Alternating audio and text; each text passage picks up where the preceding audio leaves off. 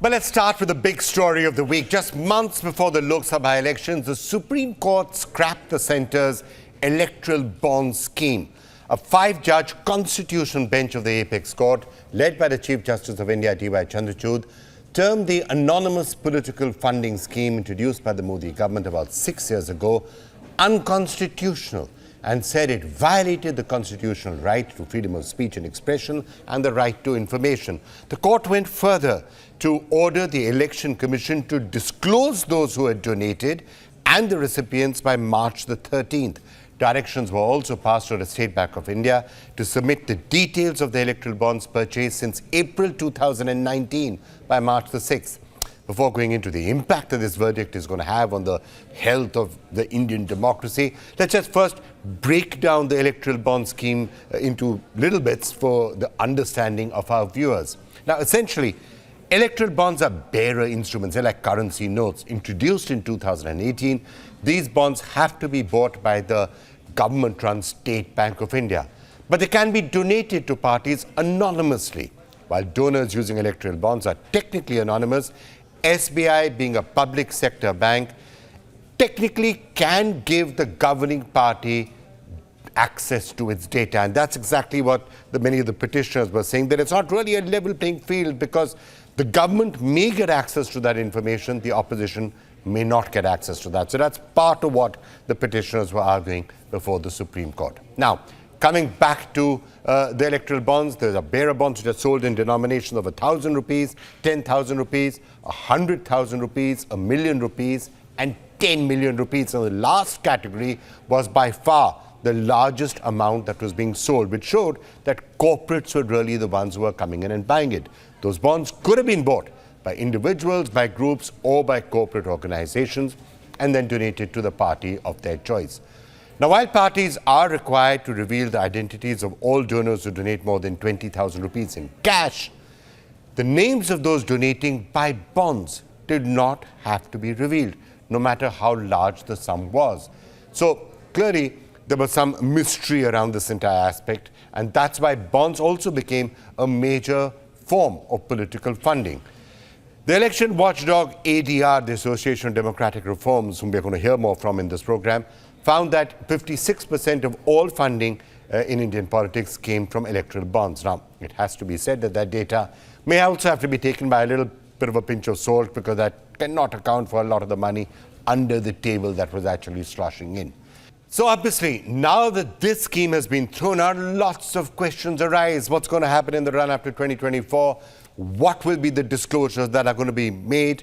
What will be the questions that will be asked around those who've already donated in some form or the other? Are they going to say that our privacy is being taken away? We thought it would be anonymous and now we're going to have to tell people about it. Obviously, questions of quid pro quo will continue to be raised, and there will be one overriding question.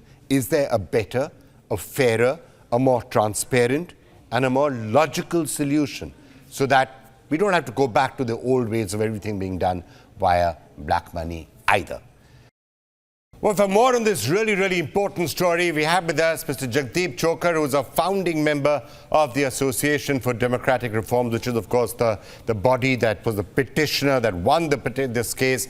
And it's a great pleasure to also have with us Subhash Garg, who's a former finance secretary, was there as the Economic Affairs Secretary in 2017 when the Electoral Bonds Scheme was notified. The entire history of how that bond scheme came up, by the way, you can read in his book also. He's got a fairly detailed account of how the whole thing actually panned itself out. So great to have both of you with us. Mr. Chhokar, why don't I start with you? Seeing as you won there in the Supreme Court, major victory. Were you expecting that the Supreme Court would be as categorical as it was, and not on one grounds, but on multiple grounds, and striking the whole thing down, saying it's unconstitutional, saying you must make full disclosure, saying that you must refund anything that has not been cashed? Were you expecting this?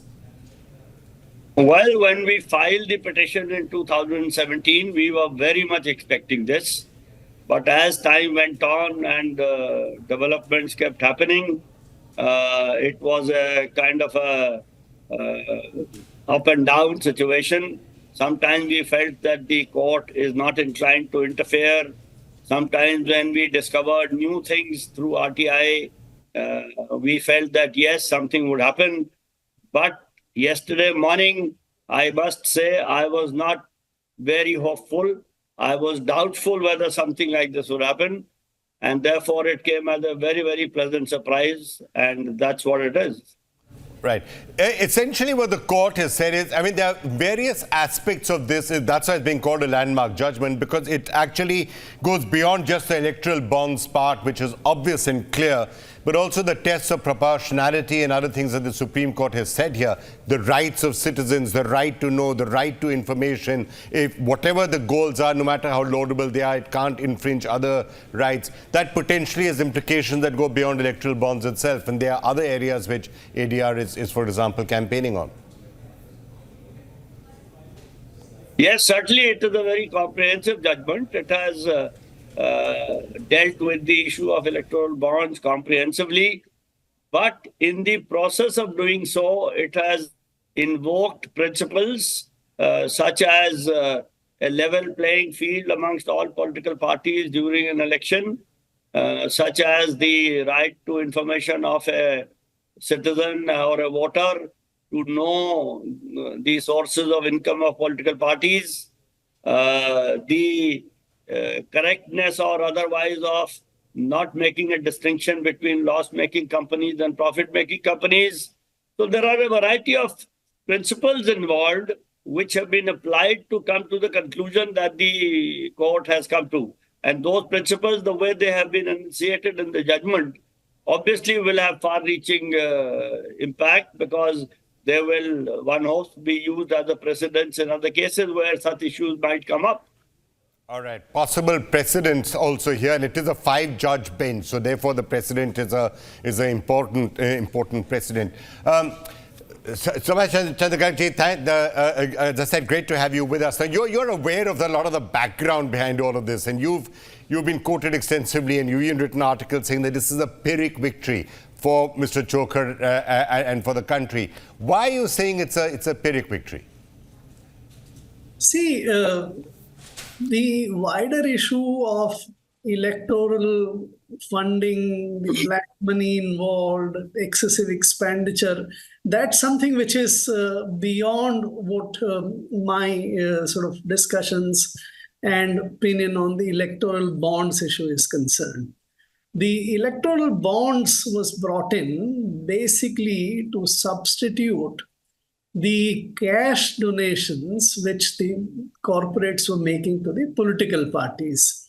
And that cash donation was made by literally converting the corporate incomes and profits into cash through shell companies or otherwise, given to the political parties in cash, because the law at that point of time allowed 20,000 rupees contribution, individual contribution of less than 20,000, to be made without being recorded by the political parties. So you would split the whatever contributions you want to make in 20,000 or less. And the whole arrangement was that it was a curious case where the legal white money was getting converted into black and cash, and both the sides, the corporates as well as the political parties, were operating through the cash system. Right. So essentially, that was the system that this was designed to overcome, right? And we are going to have to find, that's the system that we've now, in a sense, gone back to after the Supreme Court. So a better solution will have to be found. But I guess what the Supreme Court is also trying to say is that there are other ways of doing this, and there are other possible solutions which don't have some of the pitfalls. Like in this case, the opacity was a pitfall. And the Supreme Court also talking about the need for a level playing field. And in this case, it may well have happened that the government of the day, the central government, would have somehow found the information on who's donating to whom, by asking the State Bank of India or by using the agencies or other such methods. But the opposition doesn't have that power. So therefore, while what you're saying is the laudable purpose of it, that's the reason why this scheme was not the solution, according to the Supreme Court. Is that a valid point, you feel? No, there was an alternative system which was perfectly white kind of thing. where the companies, which was the law that up to 7.5% of the profit you can make through trust or otherwise, which was tax deductible as well. But the proof of the pudding was in eating, and hardly any contribution was being made through that route. And therefore, while a perfectly legitimate and system can be designed, or if you take away the anonymity of the connection between the corporate and the political party, the EBs would also become as wide as that scheme was. But the fact that no one uses this, or hardly anyone uses it, and therefore the expectation that there are other ways. Now, that other ways is no one is pointing out. And no one has figured out. Some people. So let me get Mr. Chhokar in. Mr. Garg, let me get Mr. Chhokar in on that point, because obviously, Mr. Chhokar, other solutions will have to be found, because money being given to political parties in paper bags is certainly not ideal. This scheme had the issues that I was saying about a lack of a level playing field. It is something that the government of the day may well have been able to figure out who's contributing to who, but the opposition wouldn't have it, and then there would be fears of retribution. Was that your main issue with this? And are there better solutions that we may have to now drift towards? Well, certainly there are better solutions, but the question is, if one of the necessary, essential, inescapable requirement is that the name of the donor should be kept confidential or secret, then how can there be a scheme?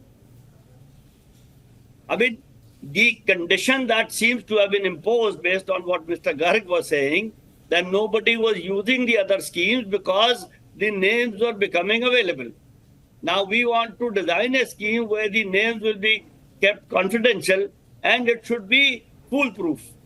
As a matter of fact, I may quote a sentence which the late Mr. Arun Jaitley said in his media interaction the same day that he made the budget speech, in which the heading of the two paragraphs was transparency in electoral funding. And in the media interaction in the afternoon, he said, as it was quoted in the Indian Express, I was not at the media interaction, the quotation was, quote, the bonds will be in the nature of bearer bonds, the identity of the donor will be anonymous, end of quote. Now, since that day, I have been trying my best to figure out how to find a dictionary which says that anonymity and transparency are synonyms of each other. Now, how can you bring transparency in electoral funding with anonymity of the donors? This is the problem that is being posed, and the way it is posed, obviously there is no solution.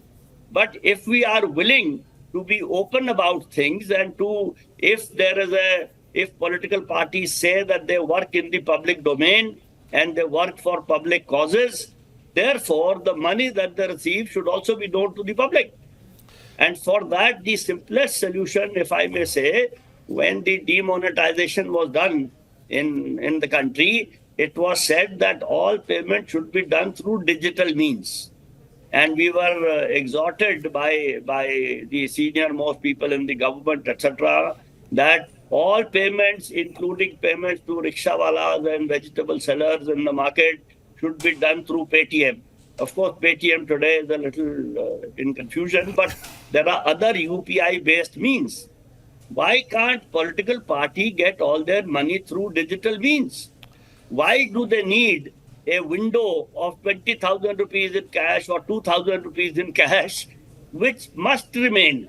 Okay, I'll tell you the answer. I'll tell you the answer. I'll tell you the answer for that, and let me get Mr. Garg. So let's move forward from the verdict to see whether there's a solution. No. I would like to sort of clarify this, if you allow me. Yeah, carry on, Mr. Garg.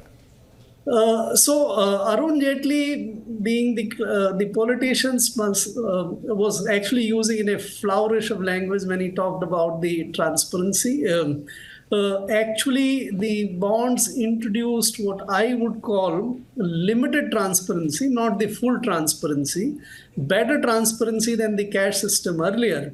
the bonds were purchased by the corporates from their own KYC compliant bank accounts. The amount they donated to political parties together in all was disclosed in their bank in their company accounts.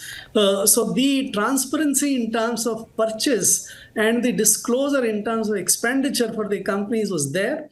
Was introduced by these bonds. Likewise, on the political parties front, they do tell that this much amount has been received in the bonds, and once it comes into their bank accounts. Yeah, but Mr. Garg, let me cut to the chase. I mean, the fact is, Mr. Garg, let me just put the crux of the issue out there, right?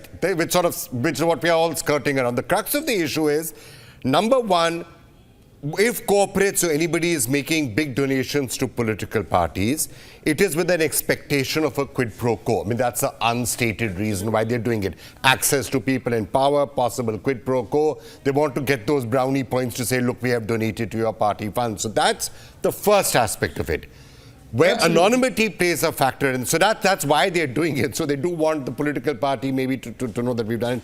Where anonymity becomes a factor is it's a question of a level playing field. Is it anonymous from everybody, or does one side get to know that the government gets to know that you've done it, but the other side doesn't? So that's what we want to... Yeah. Vikram, this is important point. This must be dealt with. Yeah. The proof that the ruling party, which has all the agencies at its command and all, has been able to get only about 57% of the total contributions through the electoral bonds, and the opposition has got 43%. There can't be a better proof for distribution or the evidence that the electoral bond scheme has functioned very fairly across the political spectrum. It would add to the, except the fact that it would add to wherever, like for example, the political parties that are getting it are in power in individual states. So whoever is in power in a particular state... That is precisely the reason why the donations are made. Yeah. We would be fooling ourselves if we believe that the donations are made by corporates for some ethical, moral, political, charitable purpose. I can describe in greater detail if you like. There are three reasons why they do it, and these are all essentially quid pro quo. Yeah. The fact is that this will not go away. Today you are making the contributions through bank verified electoral bonds. Tomorrow you will give the same quid pro quo through other dubious means. It's a very valid point you are making, and let me throw that to Mr. Chhokar. Mr. Chhokar, and I think it's very clearly being stated there by Mr. Garg that when you're talking about trusts or completely anonymous donations, that's not the reason why corporates are donating. They're not doing it as an act of charity. They're doing it clearly because there's an expectation of quid pro quo. Now, how do you manage that they're doing it with quid pro quo in mind, with the other concerns they would have about possible retribution? For example, if they're giving it to the opposition, either at the center or in the state, they have to be wary or nervous about that a little bit. Maybe they don't want that information to get back. And we don't want to go back to a completely black bag, corruption-driven, black money being used into this sort of a method. So keeping all of these different permutations and combinations in mind, what is the right way to go forward, Mr. Chhokar? Before we go forward, let me go a little backwards to Mr. Garg's observation that Arun Jaitley, in his political flourish, called it transparency. Now, I would submit that Mr. Jaitley did not only call it transparency, it is a part of the parliamentary record. You can take out the finance bill of 2017 and the words transparency in political funding is there in part of the record. It is not linguistic flourish of a politician. He was the finance minister. Yes, he was a politician. He was also a lawyer by profession. All right, but he's not. Let's not get into what he said or he didn't say. Mr. Jaitley, unfortunately, is not here anymore. Vikram, it is important because the question is, on the one side, we say corporates make donations through quid pro quo. Let political parties also say that and accept that. Political That's parties will continue to say that they do it because they believe in our ideology. The question is, Okay. if you say one thing and do another, and All you right. want to say you want to become transparent, but So it is let's move forward. partial Let's move forward. transparency. How No, do no, you no, do no, quid no. pro Hang quo? on, Vikram, hang on. Let me complete. Yeah. You say it is partial transparency, which the Solicitor General in the court said selective transparency. What does it mean? Transparent for whom? And if it is transparent for the ruling party, and then you say the proofs that they have got 53% is that it is working very well. It is proving that it is working exactly the way it was suspected to work. The other difference, Vikram, let me add here, is that in the non-electoral bond system, in the pre-2017 system, Okay. if somebody gave cash to a political party and the person was caught, it would be considered to be a crime. Under the electoral bonds, you are paying the same cash through a so-called legalized route, and it is legally permissible. Okay. You are making a wrong legally permissible and then feeling good about it. That we Okay, have so I'm intended just trying to ask, are we going to get to a system, and we are actually flat out of time, so maybe you're going to have to postpone this for another day. But in one line, two lines, if you could both tell me, is there a way that we could have political parties being funded, the quid pro quo in inverted commas that is implicit in this being recognized, and yet it happening in a transparent, fair manner, which is not smacking of corruption? Is it possible or is it not possible? Mr. Garg, you want to go first? Very quickly. See, we don't have exact estimates, but my sense is that the electoral bonds did not fund more than 5 to 10% of the total, or more than 10% of the total election-related expenditures, which is much higher. So there is enormous amount of black and other corrupted money which is already into the system. Now, what it will do is that this 7-10%, which was also becoming partial transparent, will go back and merge into it. I don't think there is any good measure which satisfy the tests of full transparency, which can be brought in the country at this moment. That is why I think. Okay, fine. Mr. Chhokar, is there a better solution that we might come up with? Before I end, is there a better solution we might come up with? The solutions will come up only when people are willing to accept quid pro quo, so that people at large are able to assess which decisions of the government are being made under what influence. The quid pro quo and transparency is not for the sake of transparency. People have a genuine desire, believe it or not, to know whether a particular decision or action of the government is taken in national interest or in the interest of a particular corporate. Now, that is the nexus which is being protected fiercely, and unless that nexus comes out into the open, obviously we will not have a solution. All right. Mr. Chhokar, Mr. Garg, I'm going to have to leave it there for the moment. Thank you both so much for joining us. Thank you.